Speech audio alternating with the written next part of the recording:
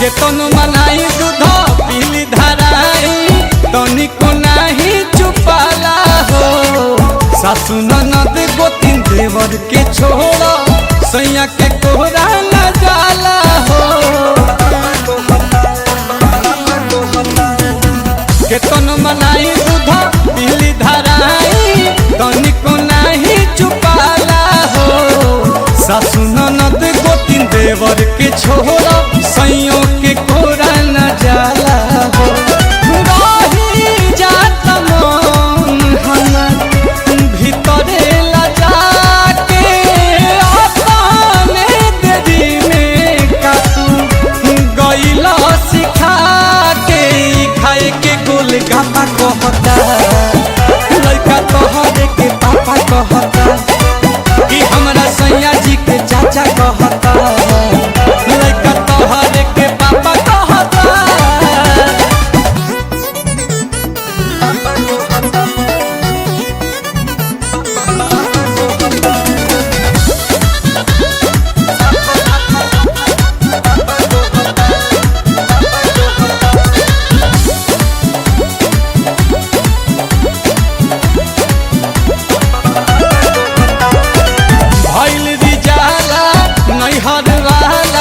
लागता कि भेद खोलवाई हो।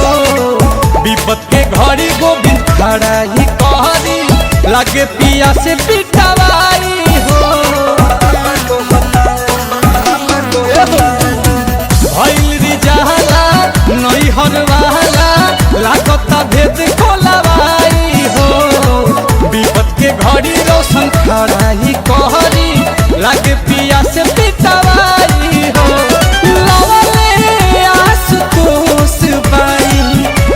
गजबे के धान सोना पे पताई जाला नीलकमल के गाना हमरा इज्जत पथा पर रहता लड़का तोहरे के पापा कहता कि सोझा सब का ई साफा कहता लड़का तोहरे के पापा कहता।